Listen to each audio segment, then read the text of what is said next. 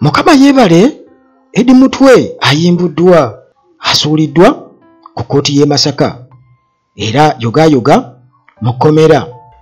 Mu kibuga Jinja wabaddeyo okwekalakaasa era banna Nuupu nga beekalakaasa ku lwa Eddie Mutwe ne ba political prisoners bonna era nga banna Nuupu bwe batyo nga tebasalikako musale nga bawoza kimu free Eddie Mutwe, free all political prisoners. Tetugenda kubeera nga tutiisibwa okutukwata n'otutulugunya tubikooye.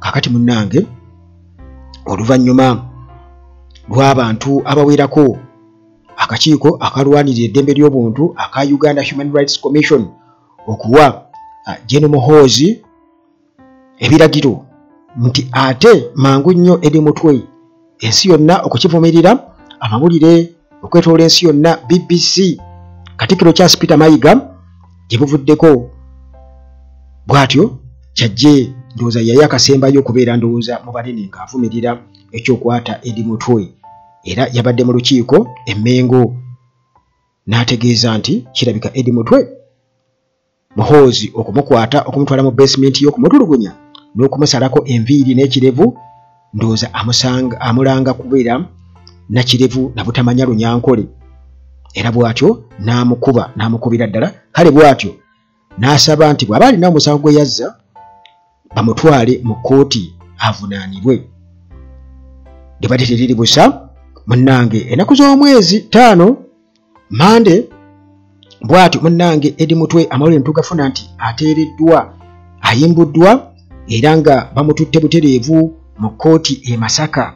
Bamututte butereevu mu kkooti e Masaka era tebakkiriza bannamawulire kubeerayo. Abadde mu mbeera mbi nnyo nga awenyera nga tali bulungi yali n'akamu yenna aliko ebizigiro okukosa munnange n'ebiwundu. Bw'atyo munnange Eddie Mutwe omulamuzi n'amusomera awo emisango era okukakana nga bamututte mu kkomera ly'e Masaka mu mbeera embi nga tafunye yadde obujjanjabi. Kugambye tebakkiriza bannamawulire kubeerawo era nga bakikoze mu bwangu. Kakati nno tuddayo mujjukira mu musango gwe nabagamba ogw'okwonoona kamera ey'abannamawulire, okubba essimu bwe baali mu kuziika muganda wa Mathias Mpuuga e Masaka. Waliwo munnamawulire aga nti kamera ye bagyonoona, essimu ye ne bagibba ne bamukuba n'omukuba. Kale gye emisango egyo muganda wange kati gituzzeemu nabakolerako ku mbuuzi nga mbabuulira emisango emituufu egyakwasa Eddie Mutwe. Kati bino ebya Muhoozi okuyingiramu okumukwata amutwale ndowooza bwe yategeera nti bagenda kumukwata nga mukulu Ddamulira amaze okumutegeeza ng'alipootinga ewa mukama we tugenda kumukwata tiamu bumala omutulugunyaamu kaawo nange mumumpeemu Keeni wangeeka muteeke mu basement male oba abavubuka bange bamuyigiriza Olunyankole nga bwe yatunnyonnyola. Abanyankole bwe batyo oluvannyuma lw'okuteekawo pressure ne bagaana nga bagamba munnange Muhoozi totusibaako matugambuzi kutuliisango. Kale munnange bw'atyo Eddie Mutwe ssaawa zibadde z'amalya g'ebyemisana bw'atyo n'asimbibwa mu kkooti nga abalala banne abalaba colleagues be abali ku misango gye gimu bodyguard ba Bobi Wine okuli Akireewo Kivumbi, Gaddafi Mugumya ne Grace Wakabi Smart era nga bano munnange emisango gya bubbi, kuwonoona bintu, okukosa munnange n'okukuba omuntu. Kakati ebyo nga tumaze okubeera nga tubitegeera era nga gy'emisango egyamukwasa newankubadde ng'eri bamuyisirizayo buyisi osanga tetwanditegedde naye ndowooza n'abaamukwasa Muhoozi nabo bamaliza bagamba wowe maama tufudde omusajja laba atulabisizza tugenda kukola tutya ffe. Kakati munnange emisango gino bwe gityo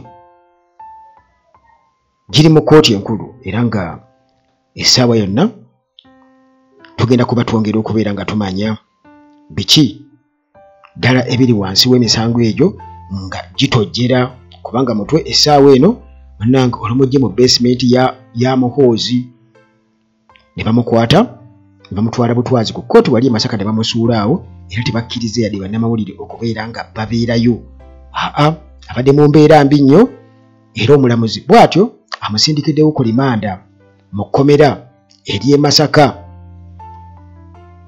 Ate munnange olwo oluvannyuma ddala banaatutegeeza kuba tebadde bannamawulire bayinza kutubuulira nti ekituufu Muhoozi asazeewo anti kati yasalawo kubanga omulamuzi bamulagidde bulagizi nti kwata giragira bwoti muteeke ku limanda wali abeereyo mu kkomera ndowooza nga bw'afuna obujjanjabi mu kkomera eyo kati banagenda okumuzza mu kkooti ng'asobola okwetambuza bulungi kubanga kati babadde nti bakwatirira mukwatirire.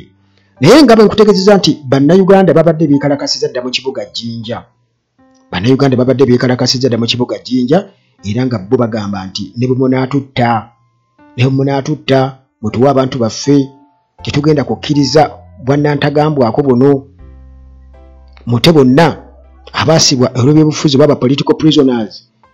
Mute Edi Mutwe tetugenda kukkiriza gavumenti kubeera nga emenya mateeka ng'etulugunya abantu baffe. Tetugenda kukkiriza, tetugenda kubivaako, tetugenda kubeera batiitiizi. Mute Edi Mutwe. Nope everywhere, nope buli wamu, everywhere nope. People power, our power, people power, people power, people power, our power. Abantu munnange bwe batyo nga bawera. Naye munnange ekyewuunyisa nti abantu bangi nnyo era kino bakyogeddeko Muwanga Kivumbi naye atukakasizza nti comrade bw'atyo munnange bamututte Komodi Mutwe bamulese ku kkooti y'e Masaka nga awenyegira era tugiimu eno ey'abakanywa musaayi ng'ekozesa ba security operatives baayo bwe bati bamukutte ne bamusuula awo oluvannyuma lw'ennaku eziwererako ddala 9 nga atulugunyizibwa. Kale munnange akakiiko k'ebyokulonda okuva lwe kaayogerako ennaku 3 emabega bw'atyo kyajje ateebwe. Kakati bannamawulire bonna tebakkirizibwa kubeera nga babeerayo. Muwanga Kivumbi bw'atyo bw'atutegeezezza okubeera nga batubuulira kubanga bakavalinga ekibaddewo.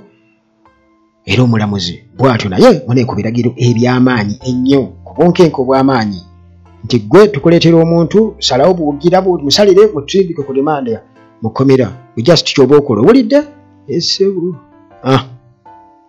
nga bamusindika nga bamuleeta nga bakola ekyo. Kati munnange abantu abamu balowooza nti regimu letunagite ya sitaani waliwo abantu abamu nga era ate era amannya gaabwe Mugisha naye jjukira nti abantu bano amannya ago beetuuma meetuumi era ojja musanga wano nga ye Kakembo naye nga muganda wange tabeerangako yadde ne bwemugamba ti kale taatawo baamuziika oba jjajjaawo ne bw'aba nga agenda kukuza birthday pate ajja kgenda waabwe agiri ne banne. Kakati abantu abo mwe bali wano kati bo bagamba nti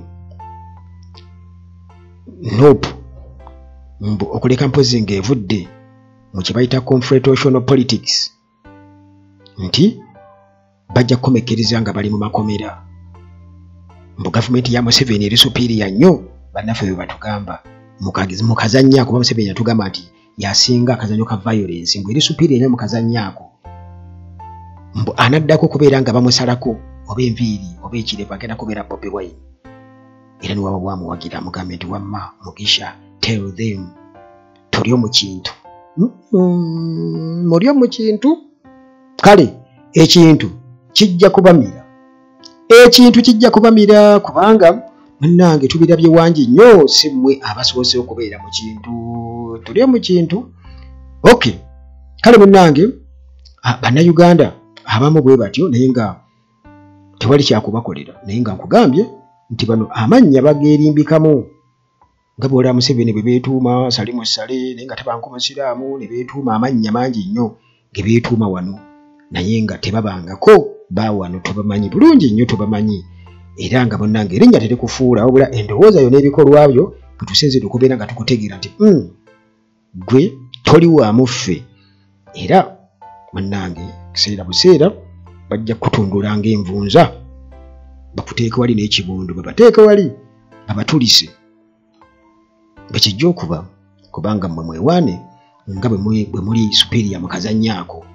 Muganda wange teri asinga kubeera superior mu kazannyaako tebakulya ssente nti waliwo asinga okubeera superior mu kazannyaako teri.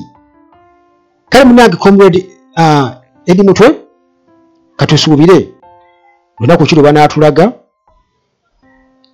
lwagenda okukomezebwawo mu kkooti kuba kati bamusindize ku rimanda era yavudde dda mu mikono gya Muhoozi.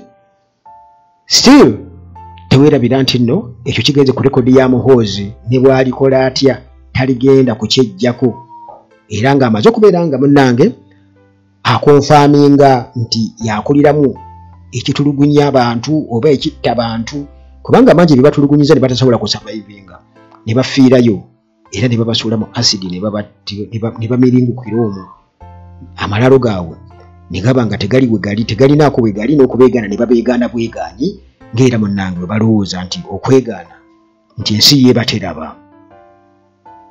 Balamu bonna bawagira n'abalala bonna era omuntu yeebuuza nti ekintu ekyo mukyebuuza nnyo nti naye Balamu ng'atudde ne Muhoozi ng'atudde ne Pastor Bugingo nga batudde n'ani omulala awo